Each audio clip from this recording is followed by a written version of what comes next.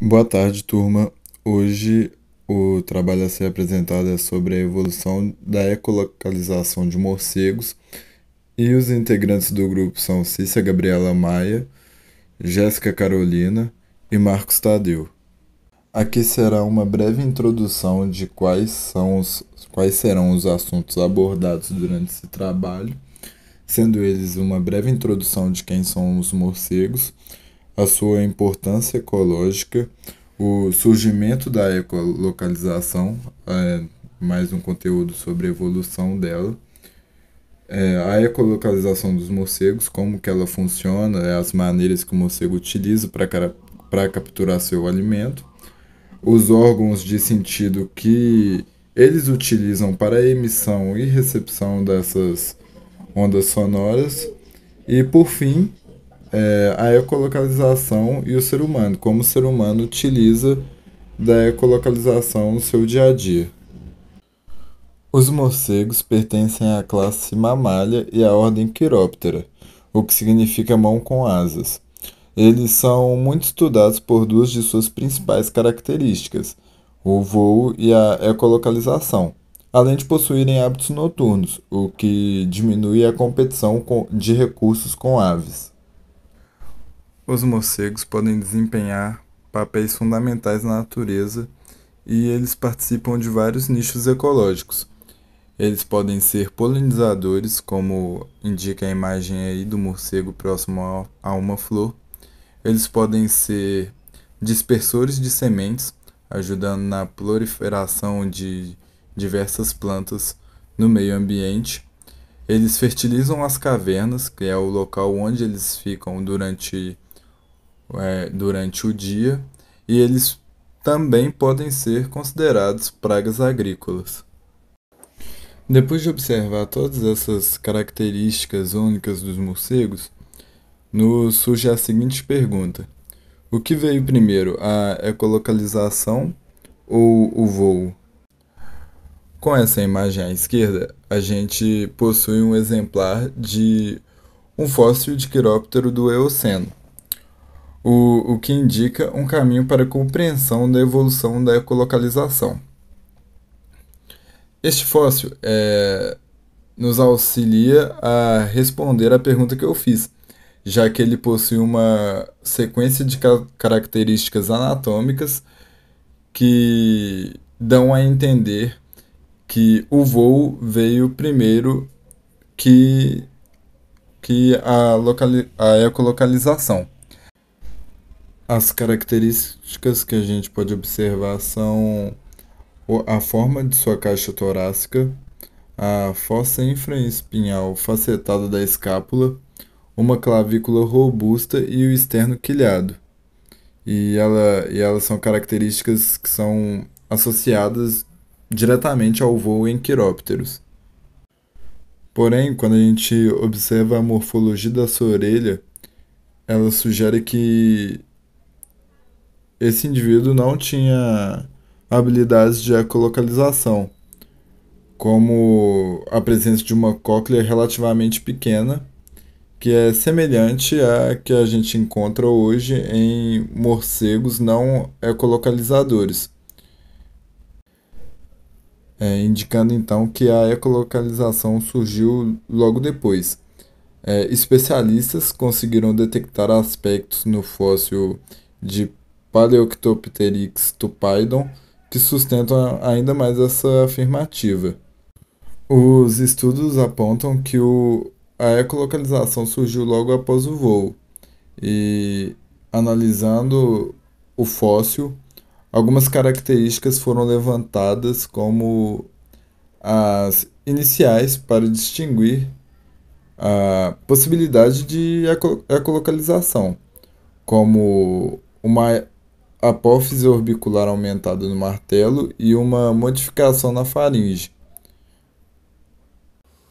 A ecolocalização é a capacidade utilizada para determinar distâncias e posição de obstáculos, podendo ser até árvores ou animais, possíveis predadores ou presas. Os morcegos, eles possuem muito bem essa capacidade, eles possuem esse sentido muito bem desenvolvido, podendo associar com seus hábitos noturnos e também por eles não possuírem uma boa visão, e sendo que esses sons que eles emitem podem ser produzidos pela boca e ou narinas. E o que seria a ecolocalização em um termo prático assim para o morcego? A gente consegue ver aí no esquema representado pela figura 6 que as ondas vermelhas é a emissão que do ultrassom, no caso, que o morcego emite, e quando ele vai em direção à mariposa, à borboleta, ele retorna em forma de eco. E utilizando o tempo que esse eco demora a voltar, aí sim os morcegos vão conseguir detectar se tem alguma presa ou algum obstáculo dentro do seu caminho. E de acordo com o tom, o morcego vai conseguir perceber para qual direção a borboleta está indo. Por exemplo, se a borboleta estiver ficando próxima do morcego, o tom que ele vai escutar do eco vai ser um tom mais alto. Porém, se a borboleta estiver se afastando, ele, ele escutará um tom mais baixo que o original. Forrageamento é a busca e exploração de recursos alimentares pelos animais. E isso indica e influencia diretamente na sobrevivência deles. O padrão de forrageamento de morcegos varia para entre ambientes abertos e ambientes fechados, o que significa que os morcegos de ambiente fechado emitem sons numa frequência muito mais alta pelo fato de que eles estão em estratos mais baixos da floresta e do subbosque, forrageando presas próximas ou que estão até mesmo pousadas na superfície, possibilitando assim a detecção de alimentos a uma distância mais curta. Já o padrão de forrageamento em ambiente aberto, eles são feitos por morcegos que estão acima do céu das árvores. E os pulsos de ecolocalização têm frequências mais baixas, o que lhes permite detectar presas a grandes distâncias. Para a existência da ecolocalização, são necessários dois principais componentes para que ela funcione: o emissor de som, que no caso vem da laringe, e o receptor de eco, que vem do aparelho auditivo. A laringe, primeiro falando da parte que emite o som, é um órgão adaptado estruturalmente para produzir e controlar os diferentes pulsos das ondas sonoras, e tem como sua origem embriológica os arcos faríngeos.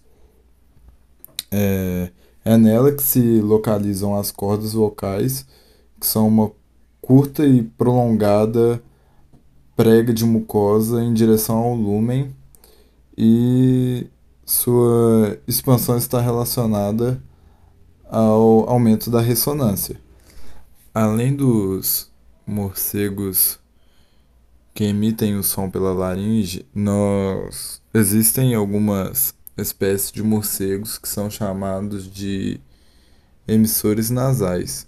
Eles possuem a presença de uma estrutura na extremidade do seu focinho chamado folha nasal, que ela é responsável pela capacidade de modificar e direcionar as ondas sonoras.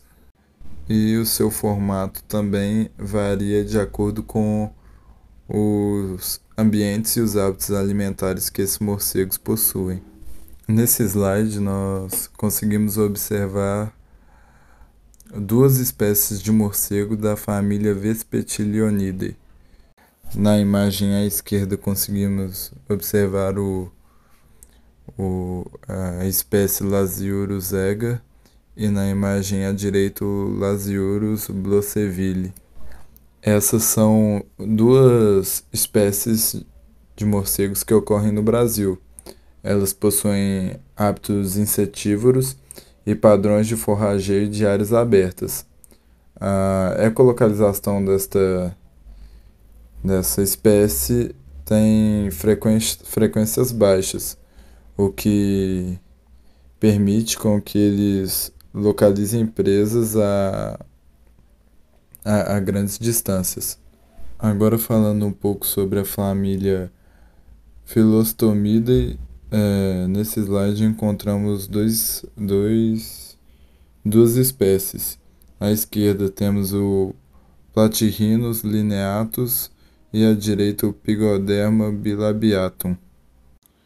Essa família, a Philostomidae, ela é uma das de maior destaque em morcegos que são emissores nasais. Eles possuem variações de folhas nasais, muitas variações de folhas nasais, e ambas dessas espécies ocorrem aqui no Brasil e possuem hábitos alimentares frugívoros. Retomando anteriormente, quando eu disse que para existência da ecolocalização é necessário os órgãos de sentido para emitir e para receber o eco, agora eu vou falar sobre os órgãos que estão associados à recepção da onda sonora. Uma das primeiras características que a gente pode observar nos morcegos que permite a percepção dessas ondas sonoras são o tragus com uma protuberância presente no ouvido externo, e ele está realmente associado ao processo de ecolocalização. A sua função é criar pistas acústicas para determinar a direção de um alvo em um plano vertical. Agora no ouvido interno, falando do ouvido interno, a gente pode chamar a atenção para a cóclea, que na cóclea é produzida uma proteína que vai revestir as células ciliadas do ouvido interno, resultando na preservação da audição, fazendo um papel de cancelador de ruídos intensos e externos. E além disso, uma cóclea com maior número de voltas garante o maior uso de intensidade de frequência. Com essa imagem, com essa ilustração, a gente dá destaque para a representação do ouvido interno do morcego. Nele existe um mecanismo que garante a não sensibilidade do ouvido médio, que pode ser gerada pela emissão de som devido à ecolocalização, que é feita, no caso, pela associação do músculo timpânico com o estapédio. A membrana timpânica vai se conectar com os ossículos do ouvido, do ouvido médio, no caso, que são o martelo, a bigorna e o estribo. E ela vai se conectar aos dois músculos, o músculo timpânico e ao estapédio, logo após a emissão do som. Essa musculatura vai se contrair, vai deslocar os ossículos para baixo, desconectando o estribo do ouvido médio e impedindo que ocorra a sensibilização do som. Agora, por último, nós iremos falar sobre a como o ser humano utiliza das mais diversas maneiras a ecolocalização. A primeira e uma das mais clássicas delas é o sonar. O sonar ele é utilizado nas navegações e ele determina a distância de objetos através do som. Ele era utilizado bastante na Segunda Guerra para a detecção de submarinos inimigos, mas hoje em dia ele é utilizado por barcos pesqueiros e por pesquisas oceanográficas. O funcionamento da, do sonar é bem simples. Ele vai emitir ultrassons na água e assim que o ultrassom encostar no objeto e for direcionado de volta, o cabo detector vai detectar a localização do objeto e a velocidade e a direção para onde ele se move. Outro exemplo que temos de ecolocalização em ser humano é o ultrassom, é o exame de ultrassom, que é um método de diagnóstico que aproveita o eco produzido pelo som para ver em tempo real o, as reflexões produzidas pelas estruturas e órgãos do organismo. Os ultrassons, eles utilizam uma frequência variada e dependendo do tipo de aparelho. E logo após o contato com a pele e recebendo os ecos gerados, eles são interpretados por computação gráfica. E quanto maior a frequência, maior a resolução obtida. O aparelho ele basicamente pega as ondas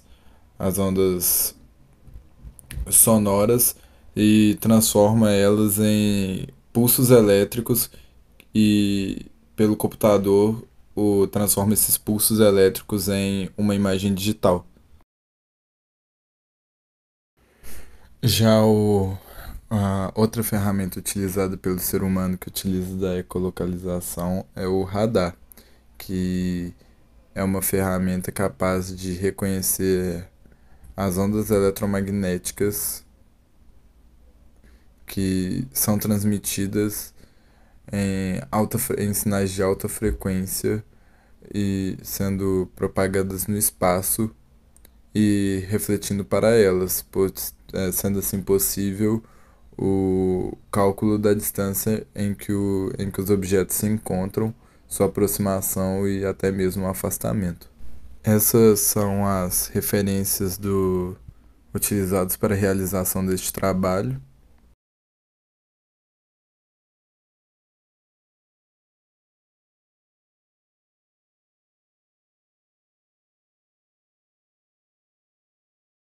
Muito obrigado a todos.